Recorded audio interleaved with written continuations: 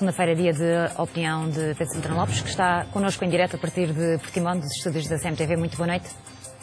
Olá, boa noite, Andréia. Só para me certificar de que nos ouve bem. Começaríamos pelos dados que foram divulgados da execução orçamental, dados que nos revelam que as contas das receitas fiscais são positivas, mas a despesa do Estado aumentou.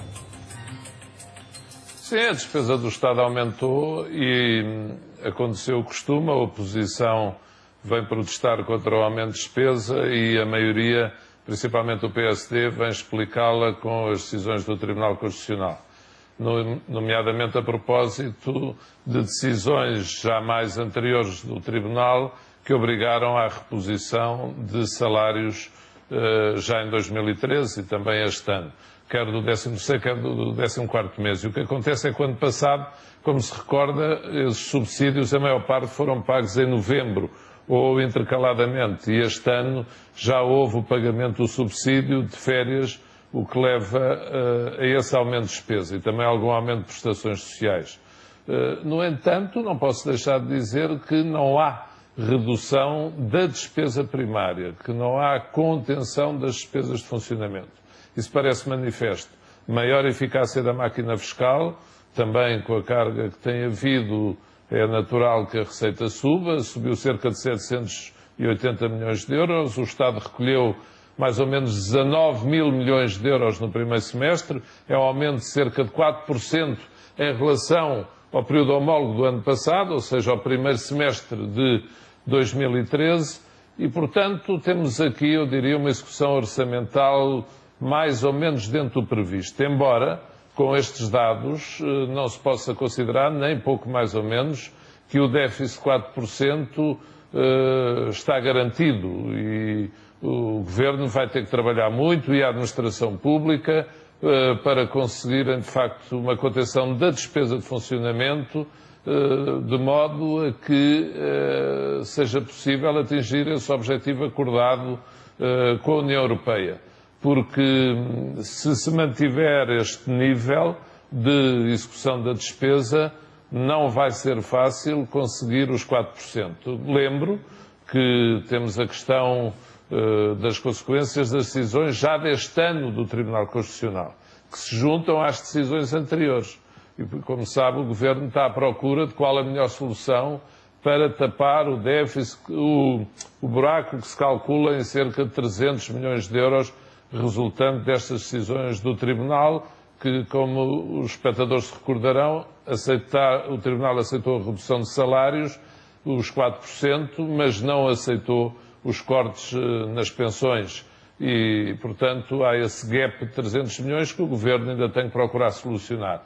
Na prática, eu diria, são números esperados, mas são números apertados. Quem fizesse as contas antes não tinha surpresa. Não deixa de ser uma execução que não traz motivos ao Governo para descansar. Aliás, nas circunstâncias em que vive a Europa e o mundo, nenhum Governo pode descansar, nem nunca o pode fazer. Mas, em sentido figurado, estar mais confortável. O Governo tem que continuar preocupado e, eu diria, não são boas notícias, por exemplo, para o CDS, porque talvez queira falar mais adiante a questão dos impostos, a Andréia, mas não vejo aqui margem para a redução da receita, não vejo para a redução dos impostos. Nós estamos em vésperas de um Conselho de Ministros. Amanhã o orçamento retificativo vai ser debatido pelo Executivo. E a propósito dessa questão da derrapagem do déficit, da meta dos 4% dificilmente ser atingida, estamos também perante a hipótese ou a forte possibilidade de um terceiro orçamento retificativo este ano? Não sei. Não sei responder-lhe. Depende dos números agora da execução deste terceiro trimestre.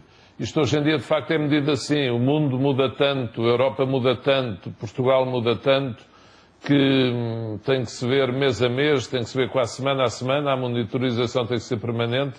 É neste momento difícil de prever a necessidade de um terceiro orçamento retificativo. E gostava de sublinhar, eu não considero que seja impossível atingir o déficit de 4%. Só que, para ele ser atingido, parece-me que não pode haver redução da receita fiscal, do comportamento, no segundo semestre, e tem que haver mais contenção na máquina da administração. e na despesa pública primária. Tem que acontecer, a despesa tem que se portar melhor do que se portou para não serem necessárias medidas excepcionais. E, portanto, vamos ver, mas nós continuamos sempre à espera dos números seguintes. Só que, com os números que têm chegado da zona euro, os números mais recentes, a ligeira recessão em Itália, a queda do produto interno bruto no segundo trimestre na Alemanha, a estagnação em França, não cresceu nem desceu o produto interno bruto no segundo trimestre, tudo isto leva a que os números das nossas exportações possam não ser tão favoráveis no próximo trimestre ou no segundo semestre todo ele. E, portanto, que do lado da receita, continuando o movimento que existe de importações, o saldo da balança comercial, portanto, o equilíbrio entre exportações e importações não seja tão famoso e que isso possa trazer motivos de preocupação acrescidos. Na prática, eu diria, a receita portou-se bem, a despesa portou-se assim, porque foi o resultado esperado das decisões do Tribunal Constitucional, mas ficou aquém do esperado no comportamento daquela despesa de funcionamento. Porque na despesa corrente primária, que é a despesa corrente sem juros, temos a despesa de pessoal e depois temos a despesa de funcionamento. Enquanto a explicação do PSD da maioria para as despesas de pessoal é compreensível, já para as despesas de funcionamento, eu diria que gostávamos que houvesse uma explicação maior e melhor e que houvesse um comportamento mais capaz dessa mesma despesa de funcionamento. Portugal precisa, como pão para a boca, de que as tais gorduras sejam, de facto, eliminadas. Voltando, de facto, à questão dos impostos e, sim, à perturbação que um aumento de impostos pode fazer na coligação, estava em cima da mesa essa questão, durante este fim de semana ela foi levantada e Paulo Portas, entretanto, já veio dizer que há uma necessidade de proteger o crescimento da economia, numa clara alusão ao facto de não aprovar ou de não aceitar um eventual aumento dos impostos do IVA, neste caso. Sim, esta maioria, como eu costumo dizer, tem este tique, adora encontrar motivos de diferença e trazê-los para a praça pública, mesmo quando o adversário principal está entretido com um grande combate e, portanto, a maioria podia aproveitar esse estádio do principal partido da oposição para estar sossegada, tranquila e procurar recuperar junto à opinião pública. Mas não, em 2 semanas temos uma notícia de qualquer diferença no seio da coligação. Esta diferença é importante, com certeza. Pena é que transpire, sim, para a opinião pública, logo com esta diferença entre Primeiro-Ministro e Vice-Primeiro-Ministro, entre líder do PSD e líder do CDS. Agora, ninguém consegue evitar que, por vezes, existam, de facto, diferença de perspectiva. O PSD e o CDS não são um e o mesmo partido. Pode haver até quem no PSD defenda uma teoria de mini-choque fiscal, ou seja, de redução de impostos. Já tivemos a redução do IRC, temos o problema do IVA, falta agora a questão do IRS. Sabemos como o CDS quer, de facto, diminuir os rendimentos sobre as pessoas, sobre as famílias. É compreensível. E eu não tenho dúvidas de que o Primeiro-Ministro também gostaria de o fazer. É compreensível que qualquer um goste de que isso aconteça. Agora, aqui a questão não está no plano dos wishful thinking, dos gostos de cada um. Está no plano de qual é a melhor receita, de facto, para conseguir simultaneamente respeitar os nossos compromissos e, ao mesmo tempo, dinamizar o crescimento da economia. Nós temos, de facto, compromisso ao nível do déficit, temos que alcançar. Quer o Primeiro-Ministro, quer o Vice-Primeiro-Ministro sabem-no. E eu não posso deixar de dizer que no quadro atual, com estes números de execução orçamental, sem uma alteração dos nossos compromissos externos, não vejo como possa haver margem para redução da carga fiscal. Todos nós gostávamos muito, eu gostava muito. A carga que tenho como profissional liberal é acima dos 50%. E, portanto, todos gostávamos muito que o IRS baixasse. Agora, são duas perspectivas diferentes que o Governo vai ter que resolver no seu seio. Não esqueçamos que França que agora está em crise política, com a substituição do governo. O Ministro das Finanças declarou há cerca de 15 dias que a França quer pedir uma moratória em relação ao compromisso do déficit, porque não é capaz de o alcançar.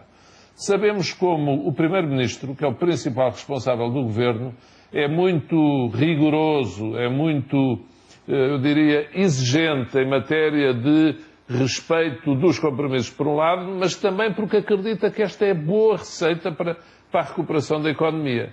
O Vice é Primeiro-Ministro, acredita que neste momento não podemos nem subir mais o IVA, nem manter o IRS nos níveis em que estava. Lembro que já foi António Lobo Xavier que presidiu a Comissão do IRC e, portanto, temos aqui de facto uma questão que é importante no governo. Hoje em dia, vamos dizer assim, não nos vamos queixar sequer que ela venha para a opinião pública em França. As diferenças entre estas duas perspectivas levaram à queda do governo ontem.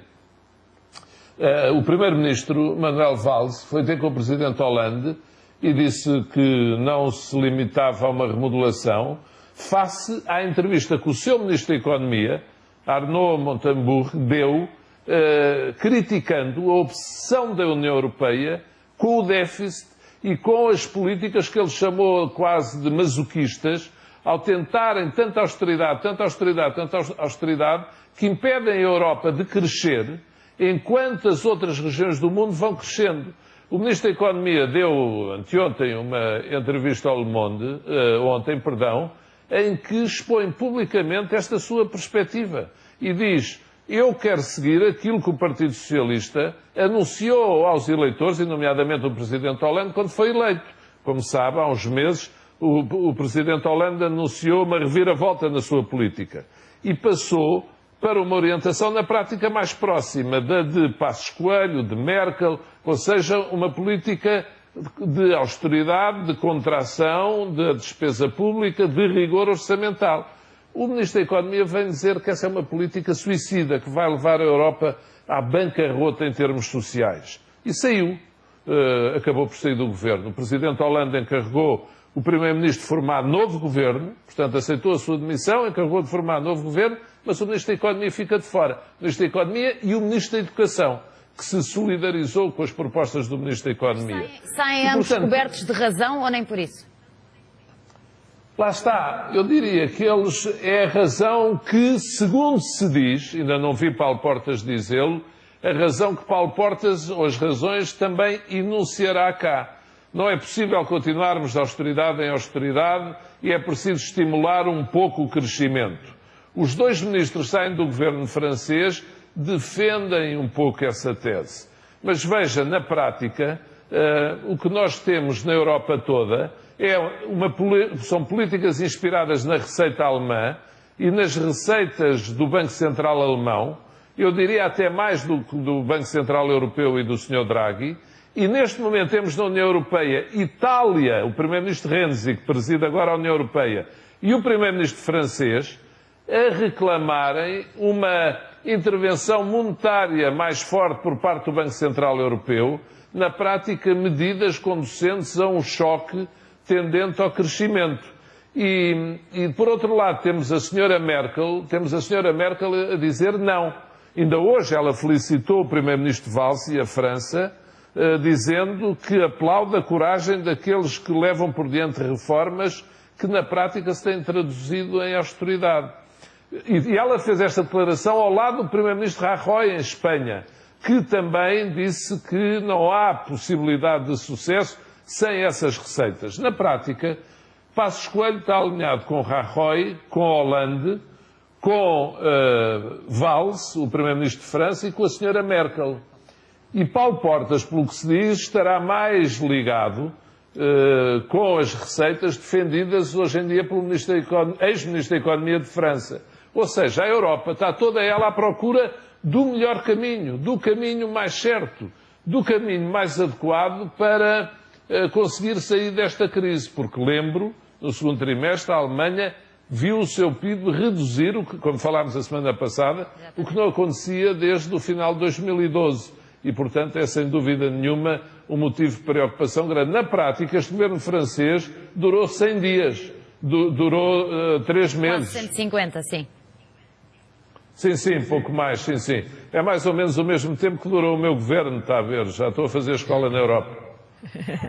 Ora, de facto, o outro tema que queria trazer aqui à conversa é precisamente os novos indicadores económicos que surgem da Alemanha, um pouco também de encontro àquilo que estava a dizer, que a receita alemã é que está a ser seguida por vários governos. Sim, a sua pergunta foi se é essa receita que está a ser seguida? Há pouco estava a dizer que achava, o Dr. Pedro Lopes dizia que achava que a receita que está a ser seguida era da Alemanha. Há também agora novos indicadores, ainda a semana passada falámos sobre isso, de que havia uma descida, mas entretanto esta semana. Não, a receita alemã, neste momento, coloca sérias interrogações em relação às suas virtualidades. Há quem diga, como falámos na semana anterior, que a entrada do SPD não terá ajudado muito. Porquê? Há 2 ou 3 razões. Primeiro, a exigência de um salário mínimo nas empresas alemãs não existia, passou a existir. Para os empresários alemães, ou para aqueles que investem na Alemanha, esta foi uma notícia complicada. Depois temos também a questão da energia, do abandono da política nuclear e do apoio às energias alternativas, mais custos para as empresas. Depois também as alterações à legislação laboral levaram a que também os investidores na Alemanha estejam mais reticentes. E, portanto, a questão que as pessoas colocam é: será que é questão da austeridade ou são as exigências mais de cariz social que o SPD levou para a coligação? Eu penso que não é nem uma questão nem outra. Não é, de facto, uma questão ideológica. É uma questão de política económica. Acho que a culpa não é no SPD. Em Itália, a economia contraiu e o Primeiro-Ministro Renzi não aplicou, assim, medidas de cariz marcadamente ideológico.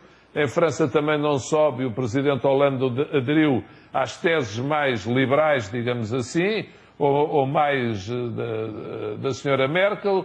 E, portanto, não há aqui uma questão ideológica. Há diferentes receitas de política económica. E essa, de facto, é uma questão que merece ser ponderada, refletida. Porquê?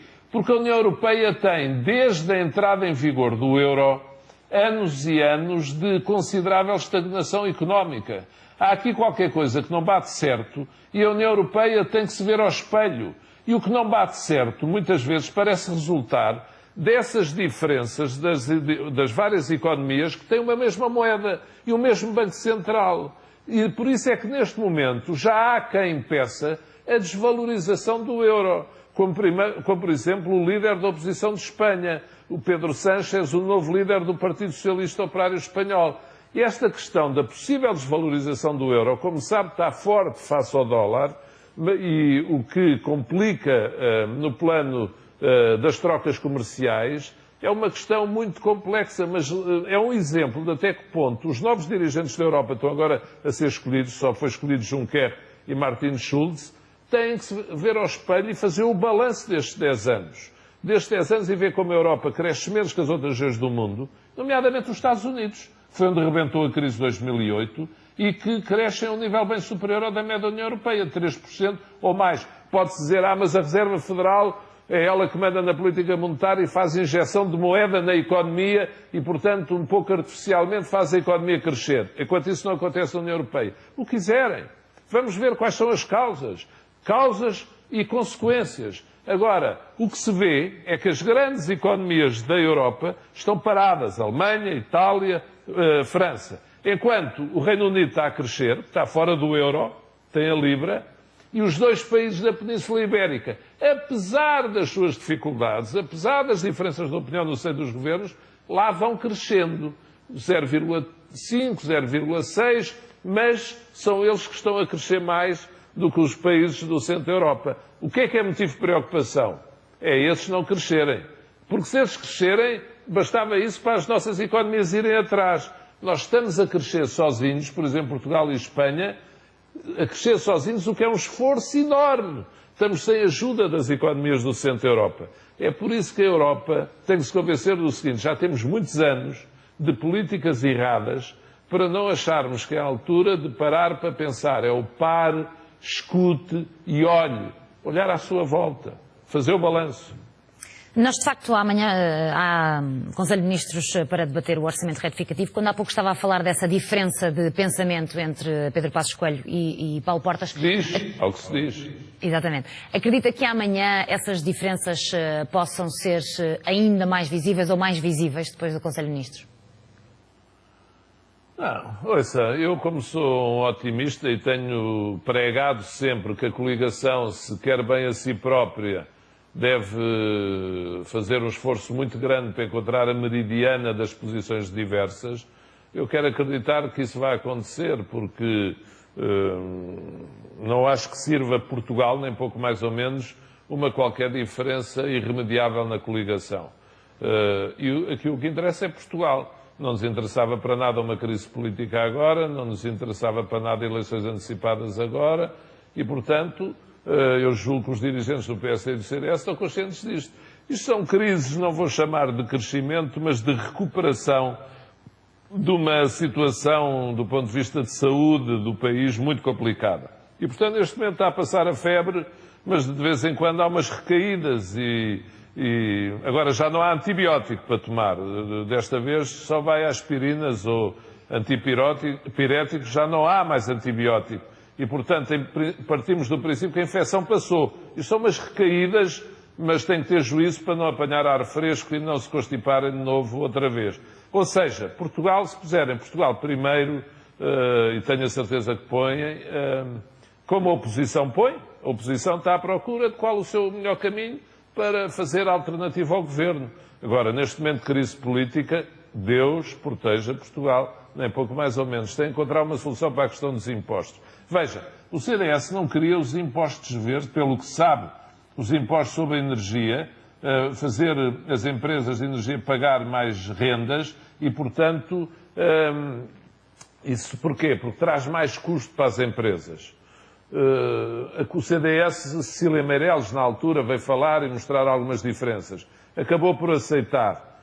Em relação ao IRS, pronto, eu acho que é compreensível o que se diz que o CDS quer. E acho que a Ministra das Finanças e Passos Coelho estarão de acordo se virem alguma margem para o fazer. Agora, se não houver margem orçamental, como é que é possível fazer? E, portanto, eu quero acreditar que neste orçamento retificativo vai ser encontrada a solução.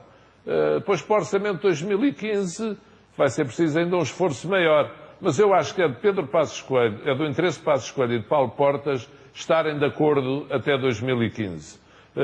A não ser que quisessem fazer mal a eles próprios e principalmente a Portugal. E sei que não querem.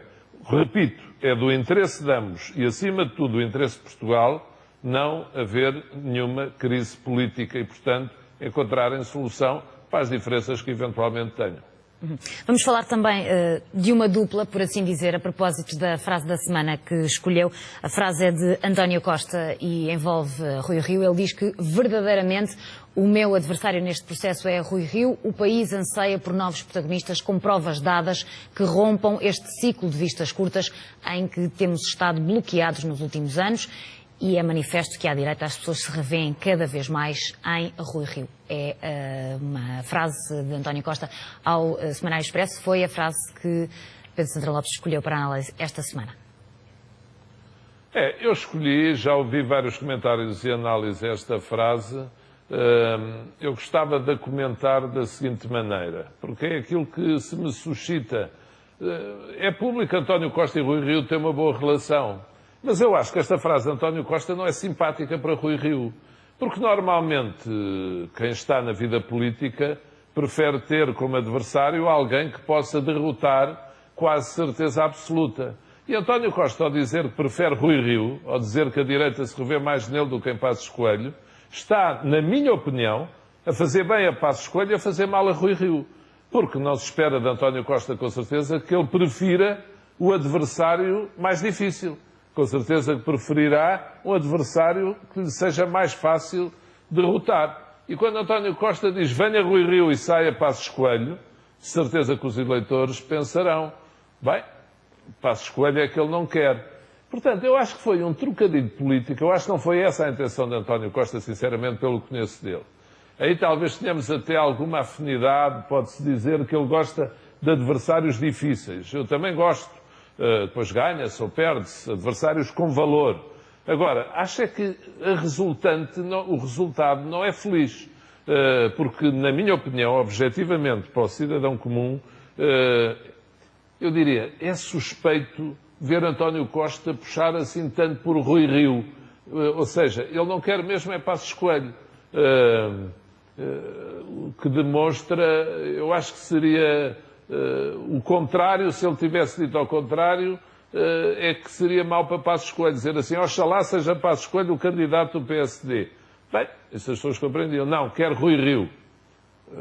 Se for aquilo que eu vi até hoje de comentário, acho que é um bocadinho arrogante da parte de António Costa, dizer assim, seguro já está arrumado, Passos Coelho também. Eu acho que é contar, como diz o povo, com o ovo num certo sítio da galinha cedo demais. De facto, a minha questão era essa. Esta frase também denota um otimismo extremo, por assim dizer, de António Costa. As primárias são dia 28 de setembro. Sim. Ele lá saberá, mas com tantas notícias que se vão ouvindo sobre o PS, sobre cotas e votos e pessoas que já não estão vivas e que ainda queriam que votassem, tudo isso, eu acho que é difícil alguém jurar que vai ganhar, porque as eleições, com militantes, já são difíceis, só com militantes. Já são difíceis no que respeita ao controle da respectiva correção. Quanto mais com simpatizantes. Ou seja, é um controle muito difícil. Eu acho que nem António José Seguro, nem António Costa, neste momento, poderão ter a certeza de quem ganha.